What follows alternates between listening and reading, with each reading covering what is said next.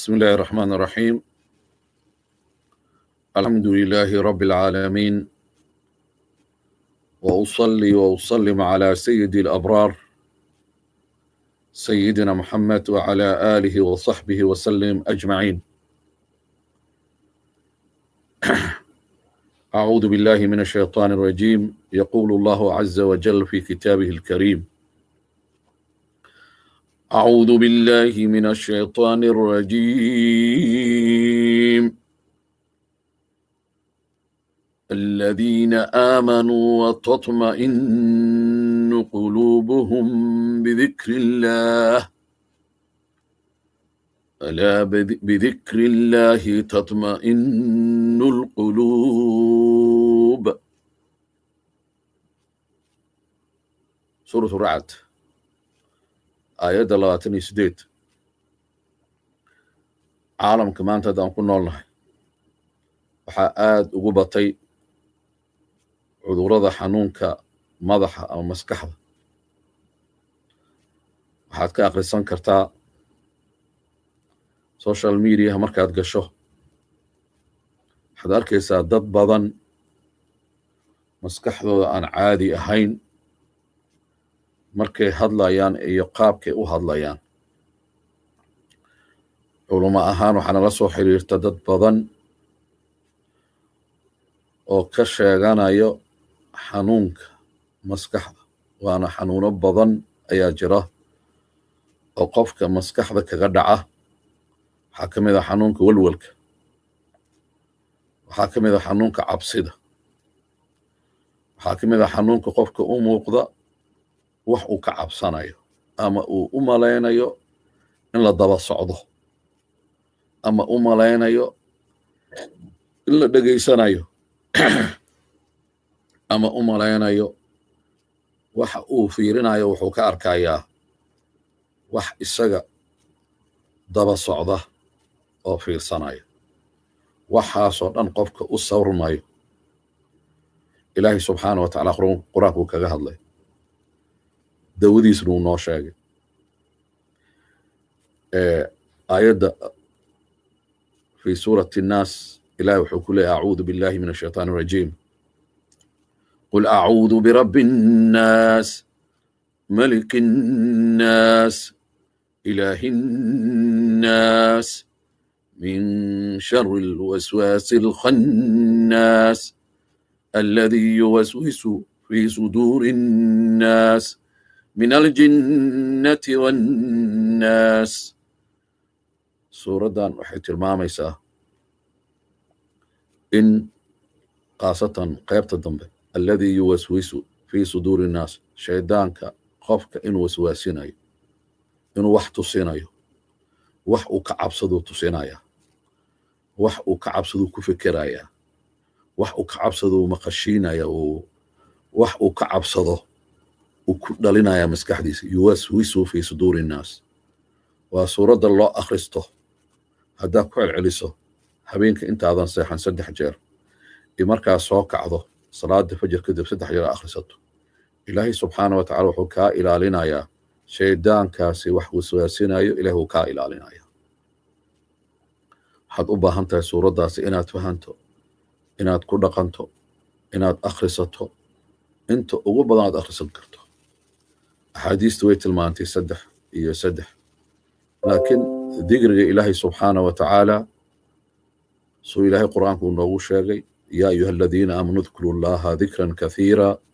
wasabbixuuhu bukratan wa asiila. qur'aankana waa dikri, qur'aanka waa dikri. marka intaad doontaad akhrisan kartaa. markii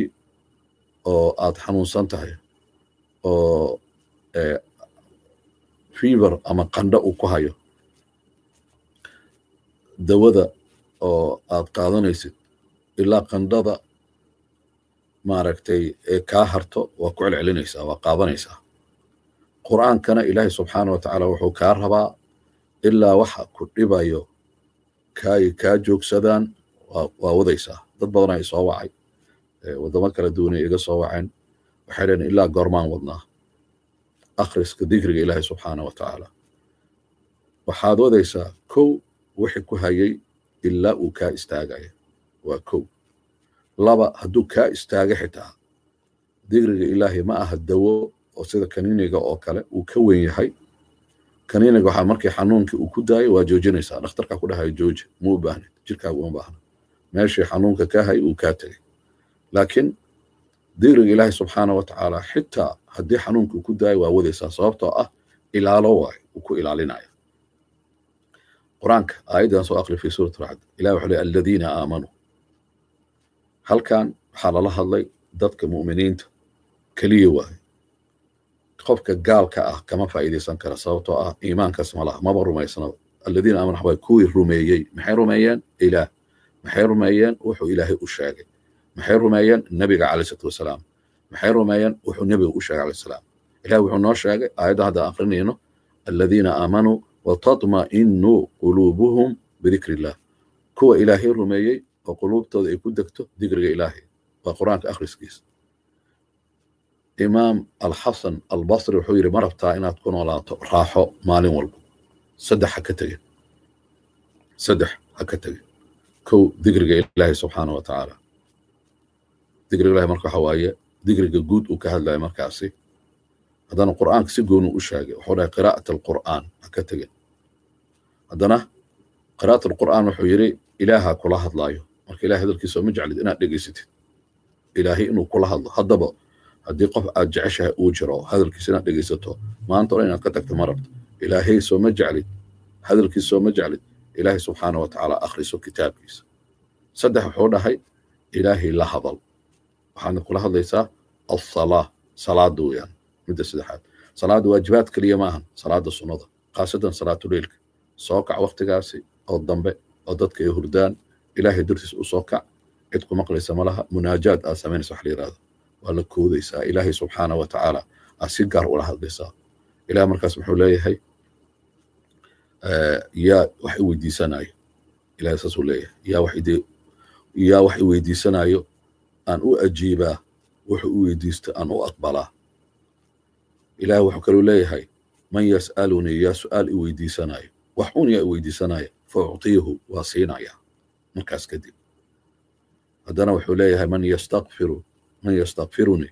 yaa dembi dhaaf i weydiisanaya fa akfira lah waa u dembi dhaafaya intaba waa u baahannahay marka aayadan aan ku noqdo aladiina aamanuu watatma'innu quluubuhum bidikri illaah oo quluubtooda ay ku xasisho digriga ilaahay qur-aanku akrinaa wuu dega xadiis waxaa jira oo ka hadlayo welwel hadduu ku hayo oo maaragtay wax ku dhibayo waxay doonta ha ahaato iyo cabsi laba xadiis aan rabaa inaan idiin sheego hal xadiisna wuxuu tilmaamayaa in qofka uu akhristo laa ilaaha ilaa ant subxaanak innii kuntu min alظaalimiin waa marka dhibaato markaad ku dhex jirto waxaana qur-aankaa ka sheekeeyey nebi yuunus dhibaato weyn ayuu dhex galay xabsiyuu dhex galay xabsiyadu waa kala duwan yihiin xabsiyada qaarkood waxay leeyihiin nal xabsiyada qaarkooda sariiray leeyihiin xabsiyada qaarkooda raashiina lagu siinaya waqtiyada kala duwan xabsi waxaa la geliyey nibiri calooshiis oo isugu darsoontay kulayl oo isugu darsoontay wasaq oo dhan oo caloosha ku jirto oo isugu darsoontay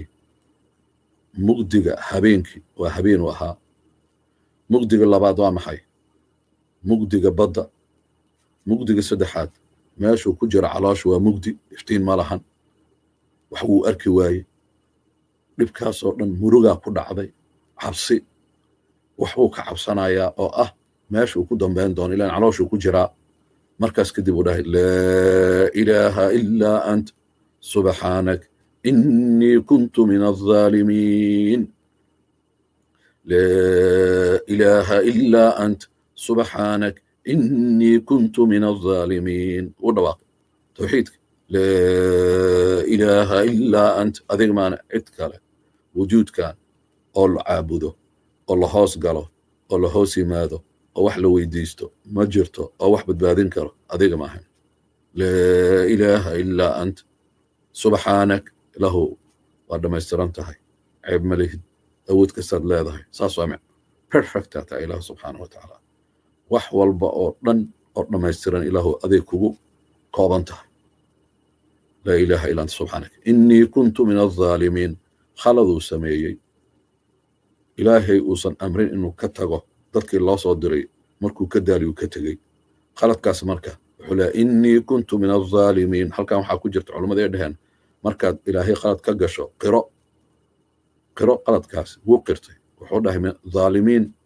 aan ka mid noqday dadka khaladaadka sameeya aan ka mid noqday iska kee cafi marka yaa maqlay malaa'igta malag ka mid ah ayaa codkaan maqlay markaasay malaa'igtuu kaxaystay ilaahay u tageen ilaahay wuu ogyahay wax walba ilaahay wax walba wuu ogyahay haddana malagii iyo malaa'igtii waxay yidhahdeen ilaahu cod aan naqaano addoon aan naqaano codkiisa ilaahu addoonkaasaan maqalnay wuuna dhiban yahay wuu qaylinoyaa ilaahu noo dir aan soo dayno ilaahay wuxuu yidhi subxaana wa tacaala kelmaddaasi uu ku dhawaaqay oo aan maqlay ila ilahay wax walba wuu ogyahay kelmaddaasaan ku soo daynaya dartiisa marka ilahay muxuu yidhi fastajabnaa lah qur'aanka waa ajiibnay macnaheed waxa waaye wuxuu rabay ayaan u samaynay in la soo daayo oo ma nebigaasay khaas ku tahay maya ilahay wuxuu yidhi wakadalika nunji lmu'miniin wakadalika nunji lmu'miniin sidaan isaga u samaynay oo kale haddii addoon kale dhib uu galo ama culays ay saarmaan ama kurba ay ku dhacdo ama meel uu ku xayirmo ama dhibaato ay soo food saarto isagana sidaasoo kalean u samaynaynaa hadduu sameeyo maxay digriga hadduu akhristo hadduu sameeyo maxay hadduu qirto dembigiisa hadduu sameeyo maxay hadduu ilaahay u yeerto oo cid kale uusan u yeerin yaa allah laa ilaaha ilaa ant subxaanak innii kuntu min alzaalimiin ducada kale waxa waaye xasbuna allah wa nicma alwakiil caaisho radi allahu tacaala ayaa aad loo dhibay magaaladii waxaa la geliyey ee madiine ahayd haweentii ugu sharafta badneed oo nebiga calayhi salaatu wasalaam xaaskiisii ahayd inay maaragtay iyada iyo nin safwaan la yidhaahdo inay sameeyeen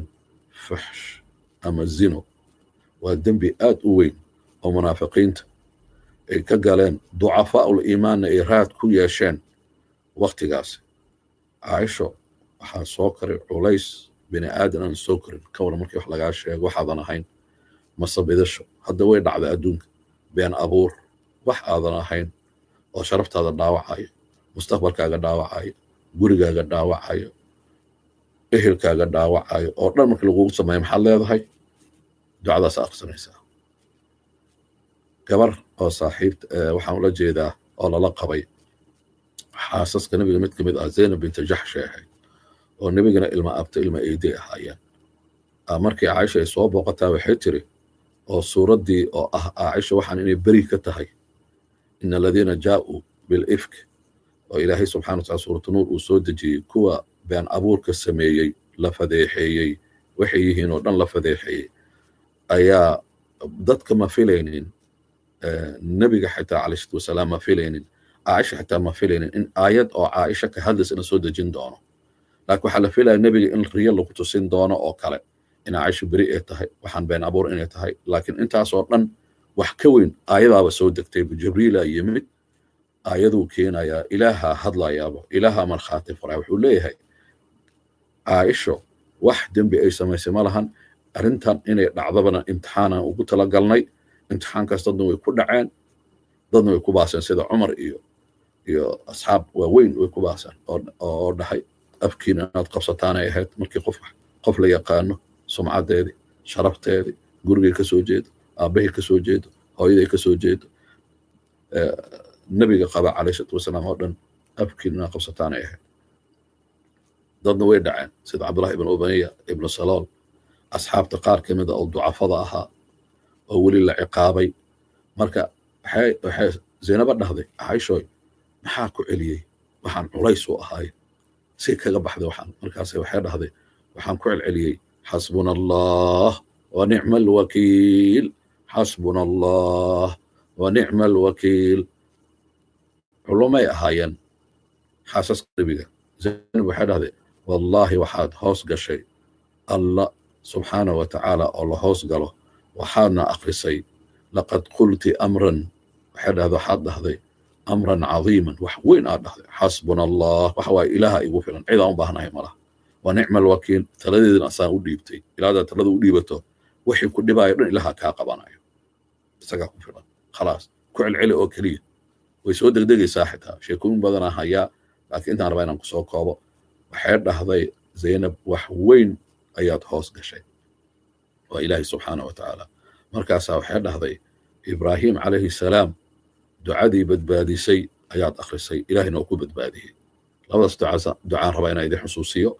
لا إله إلا أنت سبحانك إني كنت من الظالمين وقت مداس مد اللبات مرر كلا قصوين كلام كشيكين دونا نين دلو حكمي أو مركو كنجر وحكبض وكل علي لا إله إلا أنت سبحانك إني كنت من الظالمين إلهي وحصادري ريرك وحكدلي إن محكمة تجان أو يدها نينك واعفيني قصوين كاسي قصوين كرويد إيمان دونان وأقول قولي هذا والسلام عليكم ورحمة الله وبركاته.